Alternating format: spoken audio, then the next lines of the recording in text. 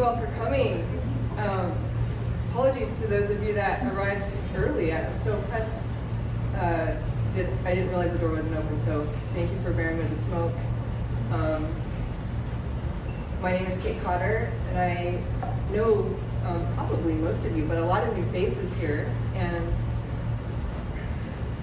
I'll give you a little bit of mini background about myself. I'm a musician by trade, and I've been a professional musician for about 25 years. I'm a performing songwriter, been in Reno, working on an electronic album under the name Project Aslan, so more details to come on that. And earlier this year, I actually got certified as a yoga instructor here at the studio. I recently completed a Neuroscience and Flow State training course through the Flow Research Collective, which is one of Stephen Kotler's organizations. Fascinating intersection with psychedelics on that one. The neuroscience of psychedelics is one of my favorite things to talk about. Maybe my favorite thing to talk about, actually. So I'm delighted to have a captive audience, and I appreciate you so much for coming. Such a warm reception, you guys. Thank you. I started working with psychedelic medicines over 15 years ago. I immediately became interested in the neuroscience and what is happening in the brain. They have been the single greatest tool for my own healing and personal growth and spiritual growth. That said, it is not safe for everyone to be doing psychedelics, and that's one of the reasons that we are very devoted to education here at Sierra Psychedelic. We'll talk about that, in the talk tonight, but it's not a panacea, contrary to the popular narrative, not a magic bullet. In my experience, and probably with many of you, it's a process where we peel back the layers and we do a lot of work. And for me, I found it to be very worth it. And that's why I feel such a deep sense of mission around this issue. I would like to go on record as saying, just to keep this organization safe, that Sierra Psychedelic acknowledges the law. We are not a place to buy or sell psychedelics. We are working on changing the law, though, and that is one of the tenets of this organization, is to advocate for policy reform. And about a year ago, I became involved with Decriminalize Nature, helped start a Nevada chapter, and then last January, I started talking to legislators who are interested in maybe having a bill to reform the Controlled Substance Act in Nevada, and they were wondering if we could get the community to back them up. And so I took the liberty of saying yes. And here we are. So with the help of a number of people, we've all been working together. As you know, many of you know Brian Broomfeltz. He is carrying the torch. We have a number of people in Tahoe and Truckee that really want to be at these meetings, and it's a long drive for them. So he's focusing his efforts to get a Tahoe Society going, so stay tuned for more information on that. Matt Wagner has been a key player. There's Matt, yes, and we're in the process of putting together a leadership team. So if any of you would like to be involved, even at a small level, please feel free to come talk to me afterward. So the science can sometimes be a bit dry. My great hope is that I'm going to make this as interesting for you as it is for me. But I also would like to invite you to ask questions as we go. We'll have time for questions at the end, but this can definitely be more of an engaged discussion as we go along. And if I don't have the answer, there's someone in the room that certainly will. We have the great fortune of having Brian Lane here tonight, also known as Ranger Twilight. This man is a dear friend and a mentor of mine, and he's also an encyclopedia of knowledge. So, wonderful resource and beautiful human being as well. Why talk about the neuroscience? I think any of us that have had an experience, even if it's not with psychedelics, even if it's with meditation or something of that sort, we don't need to understand what's happening in the brain to be having a profound experience or a meaningful experience. Psychedelics have been around a long, long time before brain imaging even existed. For me, it's twofold. One is, I find it to be absolutely fascinating. It fills me with awe and wonder at what our body and our brain are capable of. It turns out that we're actually wired for mystical experiences biologically. And I'll touch on this later. There's a research paper that addresses this. But we experience our consciousness through our neurology. And I find this particular topic to be a beautiful intersection between science and spirituality, which a lot of people think are mutually exclusive. Reduce anything down small enough to subatomic particles and quarks, we're talking a language of mathematics and frequency and energy. And I find that having an inkling about what's going on in the brain inspires me with confidence to proceed, knowing what is possible. Another thing we'll circle back to later. The other reason why I think it's important to talk about science is a pragmatic one and an issue of social justice and criminal justice reform. And I find that, well, for me, I was a child of the 80s, so I grew up with a lot of fear around these substances, and I thought that they would fry my brain like an egg and scramble my chromosomes. And I didn't even smoke pot till I was 23. And I grew up in Eugene, Oregon. So I have a great deal of empathy for people that are concerned about the nature of plant medicines and compounds. And I think it's an act of empathy and respect when you're trying to engage and to change the discourse and the narrative to meet people where they're at or on safe ground that will make them feel safe. And a lot of this might be review for many of you, or all of it review for but my hope is that it might also provide a framework to talk to people that are interested to know more and receptive, and those that aren't so receptive. And on that note, I thought it would also be helpful to have a little bit of context for the history. The history of psychedelics in this country, even alone, is a very long, winding road and very colorful and worthy of a deep dive talk in itself, which we'll do at some point for those interested. But I'd like to do an abbreviated version, just hitting a few bullet points to orient us. So psychedelics have been around for tens of thousands, if not hundreds of thousands of years. Archaeological evidence puts them with the ancient Greeks and the early Christians. Their sacred sacrament, kykeon or kukion, is believed to be spiked with ergot, which is a fungus that grows on rye, which LSD was later derived from. There were about 2,000 years, we call this the Eleusinian Mysteries, probably 7,000 to 9,000 BC. There's carvings of mushroom shamans found in Algeria, probably around 6,000 BC. There are other mushroom carvings found in Spain, probably around 1,000 BC. There are these stone mushroom statues, very phallic looking, that Paul Stamets is fond of collecting. We have cultures and places all over the world with evidence of psychedelics, and indigenous tribes have had them for a long, long time. We have ayahuasca, native to the Amazon, iboga, native to Africa, Gabon. If you're familiar with ibogaine, it's an alkaloid that's extracted from iboga. Very helpful with addiction, particularly opioid addiction.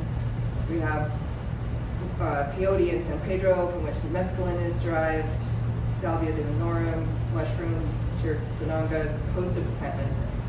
It's not until 1938 in the US when Albert Hofmann, brilliant Swiss chemist, familiar name to many of you, to all of you, was working for Sandoz Pharmaceuticals. He was trying to find some medicinal value driving synthesizing compounds from plants. He was working with ergot, same ergot from the Eleusinian Mysteries. And the 25th synthesis, lysergic acid diethylene, what we know as LSD-25, came from this process, but he shelved it thinking there was no medical value. 5 years later, on a hunch, so the story goes, he goes back to it, gets a little bit on his skin, and is intrigued, and decides on April 19th, what we now know as Bicycle Day, to give himself what he thought was a fairly modest dose, not realizing how potent LSD is. So he doses himself at 250 micrograms, which is 2.5 times the normal dose, and proceeds to bicycle home and thinks he's absolutely going mad. And you have to remember, there's no frame of reference for this. There were no LSD trips before that, and so he thinks he's permanently gone crazy, and it's terrifying for him. And when he comes back down, he thinks, why, this could really have some benefit in terms of understanding psychosis and schizophrenia. So we'll call this a psychomimetic, meaning mimicking psychosis. So Sandoz Pharmaceuticals gets on board. They ship hundreds of thousands of doses all over the world to mental hospitals and therapists, and thus ushers in about 2 decades of a lot of research. They were working with alcoholism. They were finding huge success rates, depending on the source you look at, sometimes 45 to 50% success rates with alcoholism. Treatment centers were lucky to get 5 to 10%. There were over 40,000 research participants, at least 1,000 research papers. There were 6 global conferences, all during the 50s and most of the way through the 60s. And at a certain point, they realized LSD was a lot more than mimicking psychosis, and so Humphrey Osmond recoined it in 1956, psychedelics, psyche from the Greek word mind, and delic meaning manifesting, so we have mind manifesting. But in the meantime, in 1955, a JP Morgan banker, R. Gordon Wasson, hears rumors that the mushroom culture is still alive in South America, so he and his photographer go down there, and they wrangle and invite first white men to this ceremony that's led by a now famous curandera, Maria Sabina. She later regretted this, but they have a life-changing experience. They come back. Wasson and his wife publish full spread cover on Life magazine, 1957, about this experience, and create quite a buzz about the mushrooms. Timothy Leary gets turned on, Harvard psychologist. He gets Albert Hoffman to synthesize the psilocybin. 1960, Timothy Leary starts up the Harvard psilocybin project.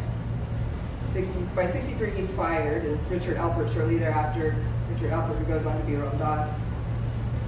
There's a whole bunch of stuff that happens during the counterculture here, where we have Ken Kesey swiping LSD from the Mental Institute and Menlo Park, taking it back to Perry Lane, and all the anti-war protests, and MK Ultra follows in suit from the Russians and the Nazis, and a lot of stuff is happening. But there's all this research concurrently going on.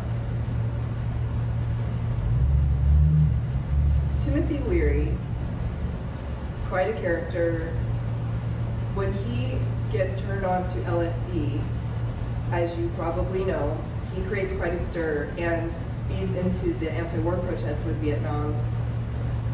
He tells America's youth to tune in, turn on, and drop out. And the powers that be get spooked, and by 1968, a number of things like gradually start becoming controlled, but this Controlled Substance Act of 1970 goes into effect, and all of the research goes underground.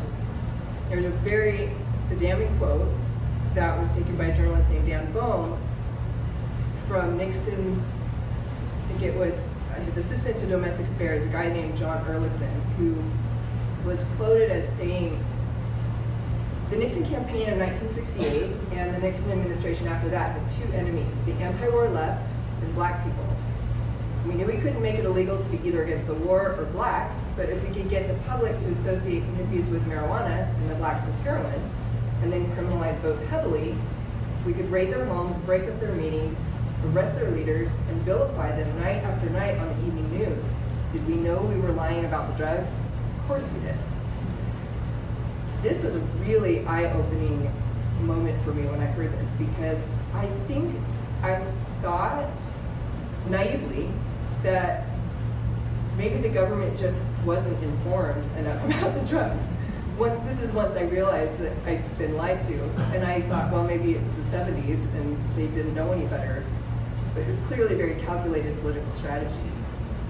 So all the research goes underground, or it's shut down, rather, and it's not until the 1990s when Rick Strassman down in New Mexico convinces the government that he's working on schizophrenia, same old schizophrenia story. Does about 5 years of DMT research. There's a book that he wrote and a documentary called The Spirit Molecule, worth checking out. And about 1999, Roland Griffiths, he's a key player. He was doing a lot of work with smoking cessation and occasionally mystical experiences, end-of-life anxiety, cancer patients, and he's working at Johns Hopkins. He comes out with a famous study that was in 2006 that you've probably heard about. It was a small study, but 70% of the participants who had a single dose of psilocybin equated that to among one of the 5 most meaningful experiences of their life, akin to death of a parent or birth of a child or the day of their wedding. And 30% of them said it was the most meaningful experience of their life. That same year, 2006, psilocybin is shown to be very helpful with cluster headaches, also known as suicide headaches. No treatment for that extreme version of migraines, and people that suffer from them are known to kill themselves. There's a lot of research that picks up, some touchstone papers that come out from David Nutt's lab with Robin Carter-Harris in 2014 with brain imaging, and talking about the entropic brain hypothesis, which we'll come back to. And then things start picking up. 2017, FDA grants breakthrough therapy for MAPS to use MDMA with PTSD. Following year, psilocybin for treatment-resistant depression. That same year, 2018, Pollan's book comes out, which was a huge turning point. 2019, the Johns Hopkins Center for Consciousness and Psychedelic Research opens. They got $17 million, with the help of Tim Ferriss, I believe, to get that going. Shortly thereafter, I think it was the next year, UC Berkeley opens their Center for, I don't remember what it's called, Psychedelic Science or something like that. And here we are. At this point, we have 15 cities that have decriminalized entheogenic plants and fungi, which is ayahuasca, boga, mescaline-containing cacti, and psilocybin-containing mushrooms. Oregon has legalized psilocybin for therapeutic use and decriminalized a bunch of other substances from the Controlled Substance Act. And Denver has decriminalized psilocybin, but not the other plants. So we're squarely in the psychedelic renaissance. It's helpful to talk, before we get into the science, about some of the classifications, because there are some overlapping categories. It can be confusing at times, but for the sake of today's talk, I'm going to focus on the classic psychedelics and MDMA. The classic psychedelics fall into a category which are commonly known as the tryptamines, and this includes LSD and psilocybin and DMT. DMT is the primary component in the ayahuasca brew. Mescaline, however, which the effects of mescaline are very similar to these classics, but it falls into a category called the phenylethylamines, which also includes MDMA, MDA, 2CB, 2CE, the Shulgin compounds.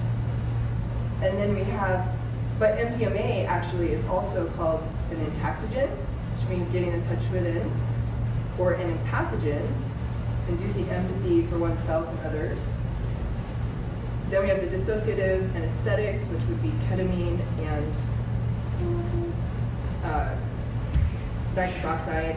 Those are ones to be really careful of. Psychedelics tend to not be addictive. They actually, most of them are anti-addictive, but ketamine is an exception to this rule, and it is addictive. Public service announcement with ketamine.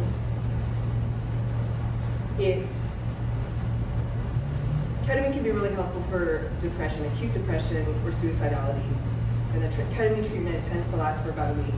The chronic use of ketamine leads to an erosion of the bladder and bladder and kidney issues, which is a very serious issue and can lead to having to wear a colostomy bag. Still be on the dance floor. What's that? And still be on the dance floor. And still be on the dance floor. Yeah, there's a lot of partiers and ravers in the UK that are peeing blood, and it's been known to be called Bristol bladder for that reason. You're playing here too. What's that? You're playing out here, kids with colostomy bags already. Had some friends, myself that have struggled with that. So word of caution. And also, if you or your friends are using ketamine and you take a dose that puts you in a K-hole, for those of you that don't know, it's a dose that's so far above the threshold that you really do dissociate and you slump, you can block your airway and stop breathing, and people die that way. So I know it's a little bit dark, but it's worth mentioning. Anyway, I'll pause in case there's any questions before I continue. So the classic hallucinogens, specifically LSD and psilocybin, the molecular structure of them is nearly identical to serotonin. So it allows them to fit like a lock in a key. It's called an agonist, and they modulate this 5-HT2A serotonin receptor site. This also happens to be the same receptor site that, when I said earlier that we're biologically wired for mystical experiences, this paper that Robin Carhart-Harris put out, he's one of the primary, leading researchers in the world. He was originally in Imperial College in London and then is now also at Johns Hopkins. But he did a paper, published a paper called Pivotal Mental States, and they address this there, where it turns out that the 2A receptor site is also the same site when humans are under acute psychological or physiological distress, like food restriction or extreme temperatures or sleep deprivation. Think fasting, sweat lodges, other spiritual practices that occasion a mystical experience. The same receptor site is activated, and my understanding is that it's an evolutionary trait to help us to adapt and up level when we are under this psychological stress. And they call it associative learning, but it's a higher state of neuroplasticity and neurogenesis. The interesting thing about this is that the researchers say that whether the outcome is considered positive or negative of this mystical experience is whether it's framed as a spiritual awakening or whether it's framed as a psychotic break. So this really speaks to the importance of integration and meaning making and how we frame the experience.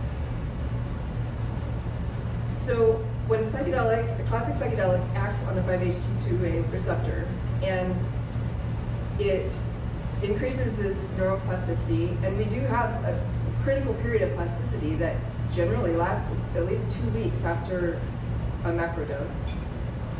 And the neurogenesis that we believe is going on, interesting to note also, there is a 2018 study out of UC Davis with a scientist named David Olson that he was applying LSD to the neuronal tissue, the brain tissue with the neurons of flies and rats, and found that increased not only the number of dendrites, but the density of the dendrites and the number of synapses.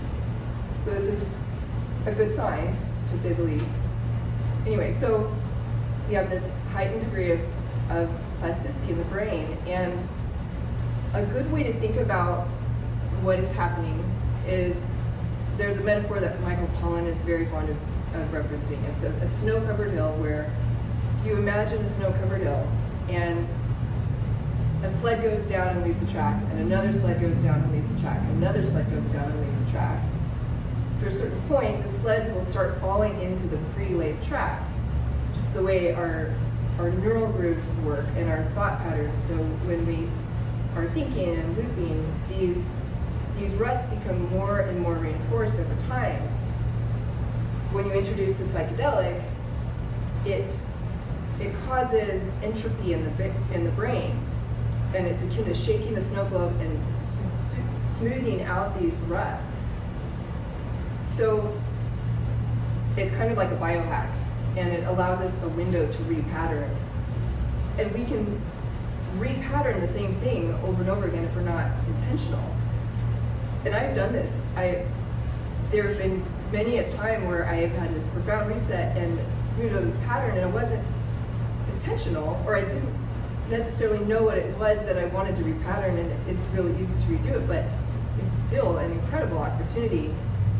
So when we talk about entropy in this context means disorder or uncertainty. And Robin Carhart Harris, again, is very interesting. The scientist, he was originally in psychoanalysis and became curious about the unconscious. And he picked up Stanislav Grof's book, Realms of the Human Unconscious, Observations from LSD Research. I think that's the title. Stanislav Grof was over in Prague in 1962 until 68 doing the Psychedelic Research Institute in Prague, and he administered over 4,000 therapeutic LSD sessions. Anyway, so he has a lot to say on the matter. So Robin Carhart Harris becomes really interested in he's like, I'm in the wrong field, so he jumps over to neuroscience and ends up working under David Nutt, who's the leading neuropharmacologist in the world at Imperial College. Anyway, he put out a touchstone paper called the entropic brain hypothesis, where he is discussing how this entropy is working in the brain, and also at this time the fMRI images of the brain, which you may have seen, where there's a beautiful side-by-side with the experienced meditators in psychedelic state, where all of these connections are occurring in areas of the brain that don't normally talk to each other. This leads to things like synesthesia, where you're hearing colors and seeing sound, and it allows us to make connections that we don't normally see. At the same time, it downregulates the network in the brain called the default mode network, which is the network that is responsible for mind wandering, self-reflection, rumination, thinking to the past, projecting to the future, metacognition, which is thinking about thinking. It's also considered where we identify our sense of self from. So it quiets the default mode network, which is really, really helpful, because an overactivity in the default mode network generally is associated with conditions like anxiety, OCD, depression, addiction, eating disorders, where we have this loop thinking, where we're just kind of compulsively fixated on something. It doesn't always mean activity in the default mode network is not always associated. We might be mind wandering in a very creative space, but generally speaking, overactivity in the default mode network is associated with that.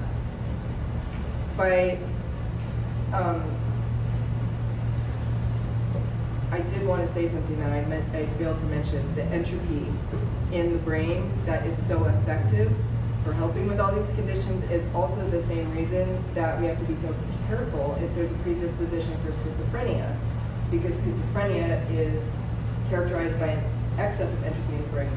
So we have too much pattern seeking and too many connections going on. So I didn't want to leave that out, but so we have the downregulation of the default mode network, because it's also the place where we have this, where they say is where our ego resides and we have our sense of self. We experience, it's common in psychedelic experiences to experience a loss of sense of self, or what they call ego dissolution, or disintegration of the ego. Some other common things would be a sense of timelessness, because you're not in the past or the future, you're plunged into the eternal now. Some people report what's considered effortless effort, and from spiritual language, this might be being moved by forces beyond your control. And also, there's a richness in information that can come from tapping into these higher states of consciousness or expanded states of consciousness. For all the built-in upsides to these things, there is a shadow side to them, which is important for all of us to remember, because I don't think any of us are not vulnerable to this. When you have a dissolution of ego, sometimes when you come back, it can lead to ego inflation, or a messiah complex, or a guru syndrome, as evidenced by Timothy Leary. When you have a sense of timelessness, sometimes you have a sense that you are downloading a symphony that might take you 9 weeks to write, but it actually is going to take you 9 years to complete. If you are feeling this sense of effortless effort, you can lead to this syndrome where people are so enamored by the spiritual experience call them bliss junkies, where if it's not a transcendent spiritual experience, they don't want to do it, and it makes it hard to function in the world. And if there's this richness of information that's available to you that goes on to infinity, for those of us that are very inquisitive, we want to keep going back into this and getting the information instead of taking proper time to integrate the experience, to be present in the world, to live our lives. And so it's important to find a balance and to talk about that. That said, the way that the classic psychedelics are working in our serotonergic system, it does tend to allow us to pop out of our perspective and pop out of the ruts and the stories and the narratives that we have about ourselves. And this is so important because it essentially allows us to reshape the way that we see ourselves. Andrew Huberman, who's a neuroscientist out of Stanford, likes to call this persisting changes in self-reflection. And in a conversation he was having with Matthew Johnson, who's one of the key researchers at Hopkins, and Matthew Johnson works a lot with smoking cessation, and he reports that participants would come out of these studies that have been trying to quit smoking for years, and they would say, I just realized that I actually have a choice. And I know this sounds silly because I've been saying I'm going to quit for years, but I finally realized that I have a choice. And Matthew Johnson, so poetic, and I love this, he says, he calls it the gravity of agency, that we have this awareness of our choice, and at the same time we have the ability to change the way we see ourselves, to see ourselves in the highest light, to see our own divinity.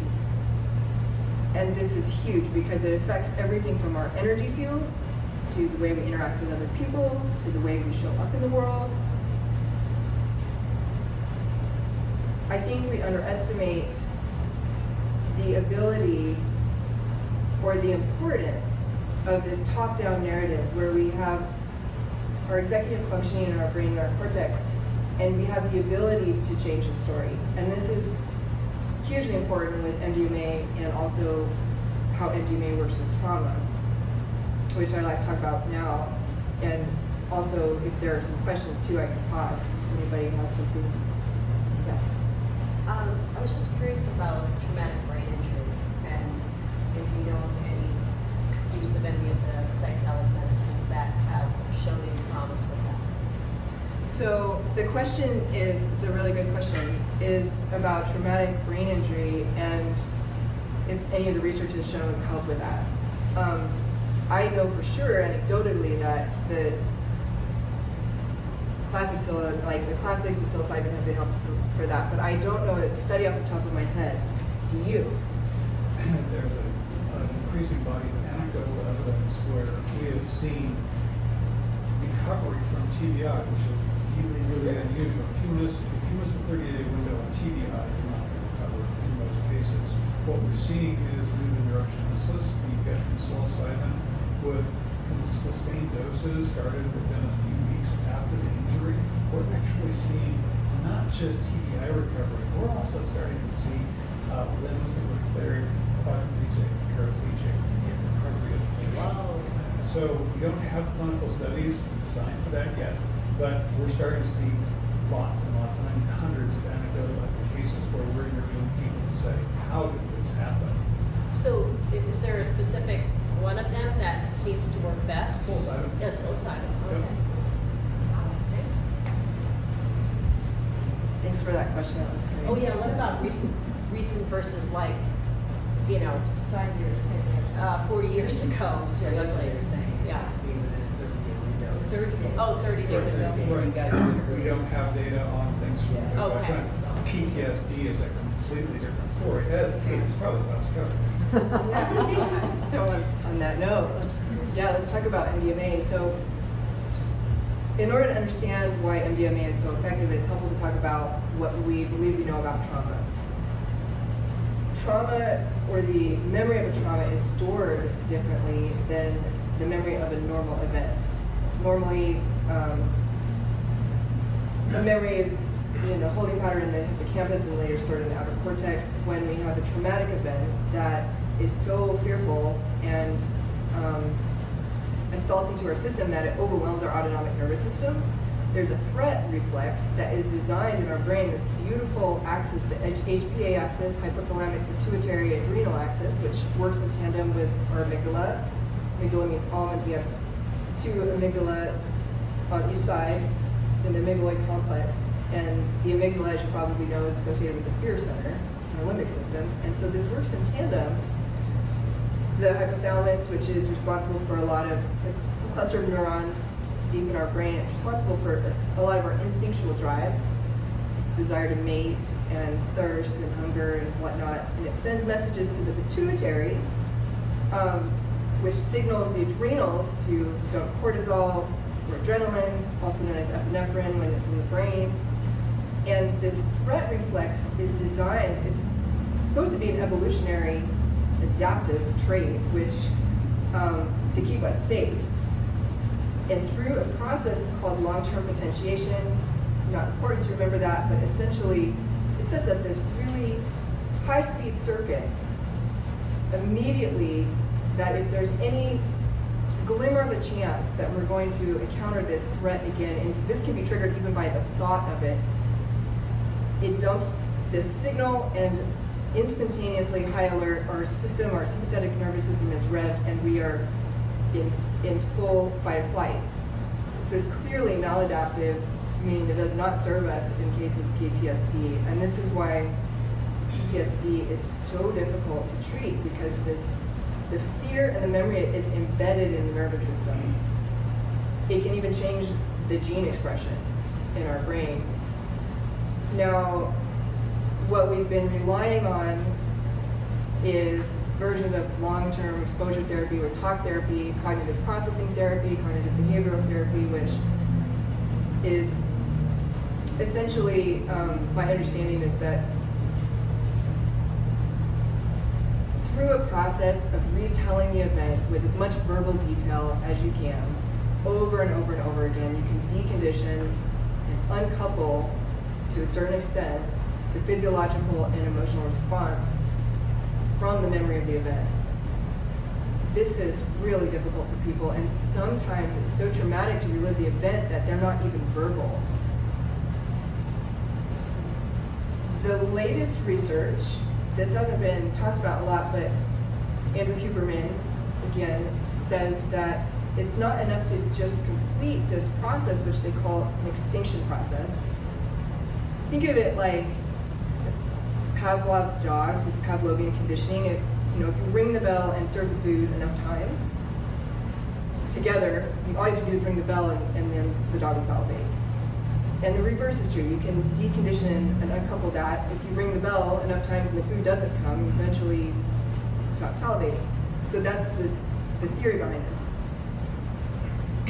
Huberman says it's not enough to go through this extinction process, but that you actually need to leverage that circuit and reattach a positive association to the event, which is really tricky to do if it's the most horrific event of your life.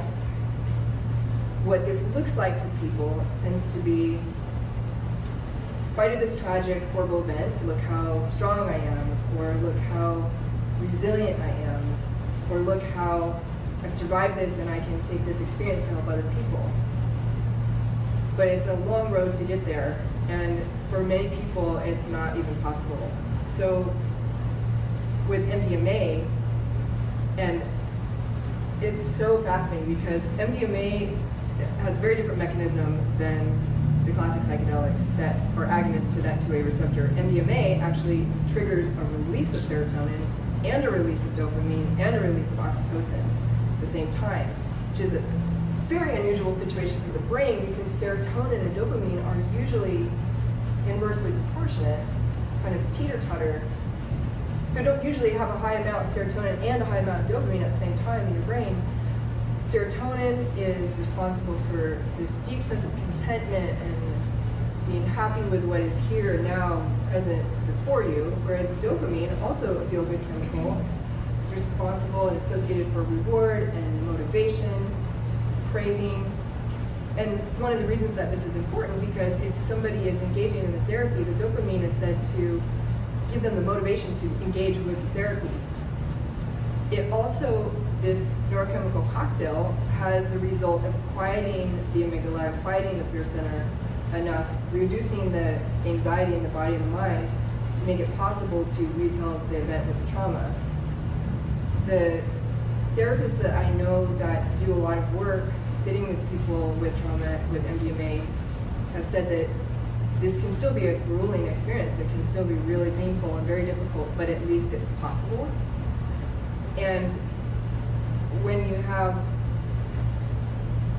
people that are then able, with this high degree of empathy that results from the MDMA, there are reports of it's much easier to have forgiveness, whether it's for self or forgiveness of others, which is key to reframing the narrative and the story behind this traumatic event. It kind of goes back to what Huberman and Matthew Johnson were talking about with the persisting changes of self-reflection. And there's currently, I'm checking myself because I don't have the latest update, but we are still doing the clinical, MAPS is doing the clinical phase 3 trials with PTSD and MDMA. Curious to know if there are comments or questions. Corey? I just want to comment that although CBT and exposure therapy are highly ineffective for treating PTSD, highly ineffective, there are a lot of other therapies out there that are not. So for people who are not suited for psychedelics, therapies like EMDR therapy, somatic experiencing, internal family systems, all three of those different types of therapies help a person access their true self, which helps them to access that pathogen that MDMA does. So I don't want people thinking, oh shit, if I have complex PTSD and I'm not suitable for psychedelics and there's no help, which really still is not. Thank you for pointing that out. Yes, that's really good. And in case everybody couldn't hear that, CBT and cognitive processing are often not very helpful. There are other therapies. EMDR is incredibly helpful. Internal family systems. There's one I didn't mention. Somatic experience. Somatic experience. And oh, go ahead, Victor. So what are those things? Like, It's a therapeutic modality. So if you are seeking for mental health therapy and you are thinking that, or you know somebody who does psychedelics, and or they can be used in conjunction with one another. But if they're looking for a therapist and they have complex PTSD, I would highly recommend that they seek a therapist who's trained in EMDR therapy and or somatic experiencing or internal family systems. So there are. So EMDR is like rapid eye movement, where Oh, sorry, EMDR, yeah. Eye movement desensitization and reprocessing. So it's a therapy that is used to activate both hemispheres of your brain. And so in that bilateral stimulation, it provides enough deactivation for the brain to go back to that trauma and reprocess it and reprocess the memory so that it can actually be stored in a memory network, which is no longer emotionally activated. oh, okay, that's interesting. the research with EMDR shows that something about that bilateral movement also quiets the anxiety and the fear center in the brain. So it has been helpful. Internal family systems, I have a great deal of respect for that. It's, beyond the scope of this talk, but yeah, I could go on a soapbox about it. But there's very good suggestions from Corey, and she's a professional in the field. And so the point being is, if you are somebody that isn't inclined to do psychedelics, there are some therapies that have proven to be more helpful than talk therapy. EMDR, internal family systems, and somatic experiences. Peter Levine's work, Mesovatic also refers to him a lot in Body Keeps the Score, as Yeah. well as Bormante does. Peter Levine and Bessel van der Kolk, The Body Keeps the Score. It is is a book to read. It's like I would say if you had one book that you were going to read about trauma, you would read The Body Keeps the Score. I have a question about what about personality disorders? Are they in the same line of those things or not? So it's kind of catch-22. They don't want to do a lot of research on things like bipolar and schizophrenia in regard to that is for a lot of reasons. There has been anecdotal evidence, and I will say what I know. I'm going to hand the talking stick to Brian Lane because he knows more than I do, but my understanding is that there's been anecdotal evidence that, like with microdosing, for instance, with bipolar, that in the depressive state can be helpful, but not at the manic state. I think the general rule of thumb is if you have personality disorders, bipolar, predisposition to schizophrenia, you want to be extremely cautious about psychedelics. Is that fair to say? Yeah. What about borderline? Borderline, it's included among that. Borderline is histrionic, particularly cluster, is something that can be addressed through psychedelics. It is not an automatic rejection from the clinical studies. Bipolar, just to give you an idea, I'm still case managing a really unfortunate person who took DMT who had underlying bipolar. Can you speak up a little? It's 2 weeks later since this event. I'm still case managing a very, very complex case where a bipolar person took DMT after she had MDMA, slid into psychosis, has been suicidal, has been psychotic ever since. And he's really doubting. He was a national championship athlete, top of the business game, great looking guy. He is questioning his brain whether it will ever come back. And honestly, 95% will probably come back within 6 weeks. But we don't know if he'll ever be back. So this is why the clinical studies have an absolute hard stop. If you have a family history of bipolar, if you have a family history of schizophrenia, you are not going to be eligible for any of these studies. There are some anecdotal evidence about people with schizophrenia who have been microdosing or bipolar and microdosing. Anecdotal evidence could take a liability for patient safety reasons to bring people like that into a clinical trial and get involved. Brian, are you saying that he was doing MDMA for 2 days and then he did DMT? 2 nights of MDMA followed by DMT. DMT was the precipitant of psychosis. DMT is so intense, so rapid. Yeah. He was not diagnosed formally with any mental disorder. Wow. But one of the things that we know empirically is that, sure enough, if you have an undiagnosed mental disorder, this can trigger that psychotic event that can predispose you for the rest of your life. Wow. I have heard. Be careful, please.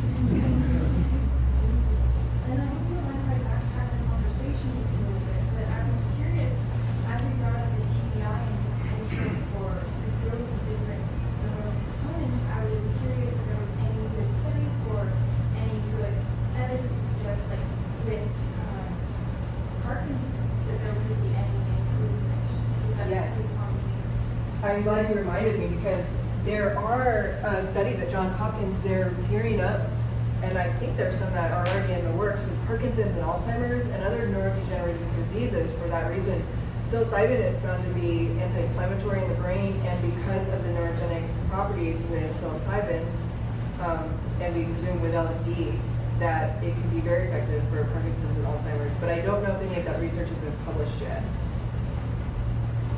Yes.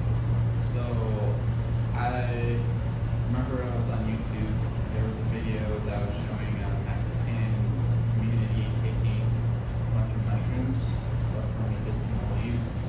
Are there any, like, research books on those communities that, like, have taken it generation, or, like, what it does to those people? I don't know, like, So the question is, in its picture, right? yes. It's was seen on YouTube, Mexican communities using mushrooms, and wondering if there's any books or information about generational use and how that has affected people. And I don't know of a book off the top of my head. There's one in Spanish. But we do know that for a long, long time, communities in Mexico and in South America as well, it's been part of their culture. So we're getting close to wrapping it up, but I did want to share something which is a pet interest of mine. And this is not based in clinical data, this is purely anecdotal, but about 5 years ago, I started getting reports from people that were microdosing, and this has to do with, I did want to touch on the addiction specifically, that were microdosing and discovering that they were having, that it was mitigating withdrawal symptoms actually through a host of different substances, from alcohol to opiates to amphetamines to cannabis. And we don't normally think of cannabis as having grueling withdrawal symptoms, but if you're smoking all day, every day, and you have to quit cold turkey for some reason, you feel it. And I thought, how interesting is that? Because if psilocybin acts on the 5-HT2A serotonin receptor, why is it making such a difference when you have substances like amphetamines, where it's targeting norepinephrine and dopamine, and alcohol is associated with dopamine, GABA, and cannabis, the cannabinoids with a neurotransmitter called anandamide, or ananda means bliss, and with the opiates, endorphins. So I've been bouncing around this for years, and when I first met Brian Lang, I asked him if he knew, and he did dig up a paper that suggested there was a connection, and it wasn't until I started getting more into the flow state research. Well, so I have a theory. A neurological flow state is accompanied by this chemical cocktail of dopamine and anandamide and endorphins and norepinephrine, and then on the back end, serotonin, and in group flow with oxytocin. And the psychedelic state and the flow state, neurologically speaking, is very similar in a lot of ways. For the flow state, there's also downregulation of default mode network. They call it hypotransient vitality. You have a loss of sense of self. You have time dilation, all sorts of things. And there's a whole movement with microdosing and flow state. It doesn't mean that every psychedelic state is flow state, but I suspect that maybe what is going on is that there's enough of an overlap that some of these neurotransmitters and neuromodulators are kicked up enough to give you a little bit of relief from the withdrawal of that, whatever the various substance is. I even have a friend that, I forgot to tell this story, but it's a perfect story to close on, and it ties in with this. How many people have heard of Paul Stamets? Probably most of us. What is it? Paul Stamets. How many people know the story about his stuttering? Does anybody not know it? Should we tell it? Okay. So Paul Stamets is a brilliant mycologist, and he became interested at an early age in psychedelics, and he'd been reading about psilocybin, and he got his hands, he was a teenager, got his hands on, he thinks it's half to a full ounce. To be safe, he says 20 grams. And he knew the importance of setting, set being the mindset, setting being the environment, and he planned out this day, summer day in Ohio, and walked toward this hill. There was this oak tree on the top of the hill. The only thing he didn't know was the dosage, and he was under the impression he was supposed to eat the whole bag of mushrooms. And a respectable dose of mushrooms is 3.5 grams per microdose. So he's 20 grams in and climbing this tree, and he's like, the atmosphere is melting, and there's fractals, and he's thinking this is everything that they were writing about, and I can't even put it into words, and he's getting vertigo, and he's just hanging onto this tree, and he sees in the distance storm clouds moving in. And the wind picks up, and at this point he's so altered that there's no chance of climbing down. He has vertigo, and it's decided it's his oxus mundi, connecting heaven and earth, and the lightning is crashing, and it's like geometric patterns everywhere. He's completely in this transcendent state, and then it dawns on him, he says, Stamets, you're at the highest point, on the highest hill, in a lightning storm. You might not make it out of this. And so he thought, if I do make it out of this, what would I change about my life?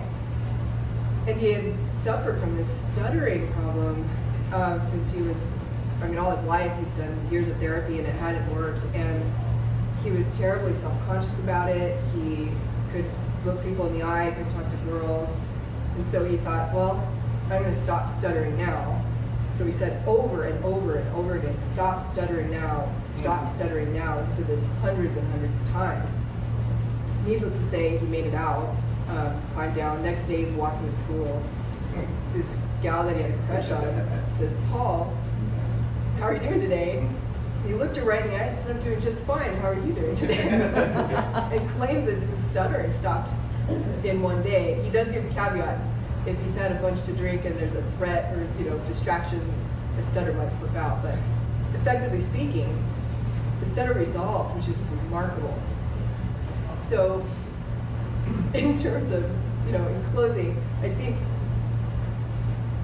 one of the reasons that why I talk about the neuroscience is you have a story like Stamets and what happens with him, and then you have people, we're all learning as we go and having these different experiences and anecdotal experiences where I was just so intrigued, like, what is going on with these microdoses that are mitigating the withdrawal symptoms, and people coming back from 3 months, getting off meth with them, and I was like, this is great news,